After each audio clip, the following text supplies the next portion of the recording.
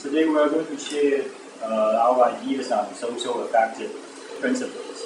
And basically there are three major principles. The first is language ego and willingness to communicate. The last one will be language-culture connection. And we think the importance of such set of principles is that learning or teaching of a foreign language not only need to cater to some cognitive, not only cognition of the learning is important, but also we have to cater to the inner feelings of the learning. And this is the teacher's responsibility to care for all learners' inner feelings. And so we start from Terry to talk about language ego.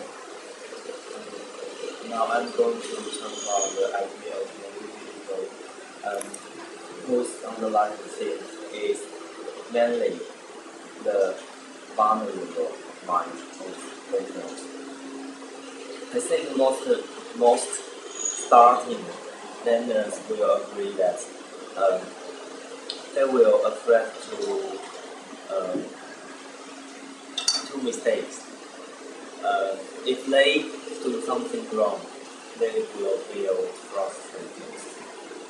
So I think that's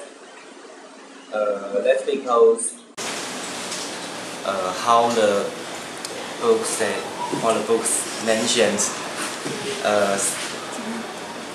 they develop a new mode of thinking and feeling and acting.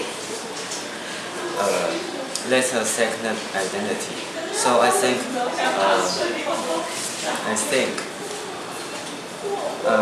the teachers must play the crucial role to direct students' right attitude and confidence.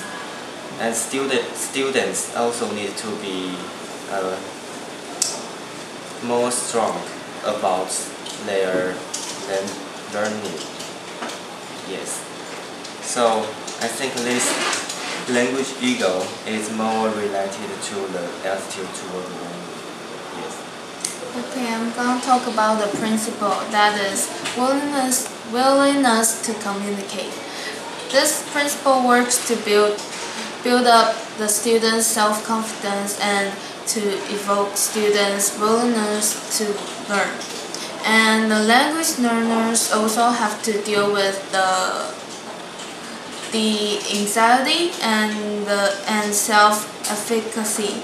That is to worry and to believe in his or her ability to accomplish the task.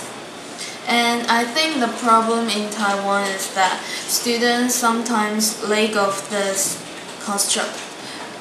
Because in class we're usually act as listeners. We listen and take note. We're not used to speak up in class, to raise questions, or to communicate with teachers or classmates. Okay. On my part, it's a culture factor. And culture is an important factor in any language. And each culture has its own expression and usage. Students should be aware of the culture context when learning a second language.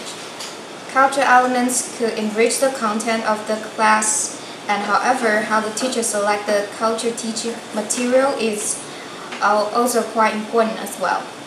The material should be able to precisely represent the culture, which helps students fit in the foreign language environment.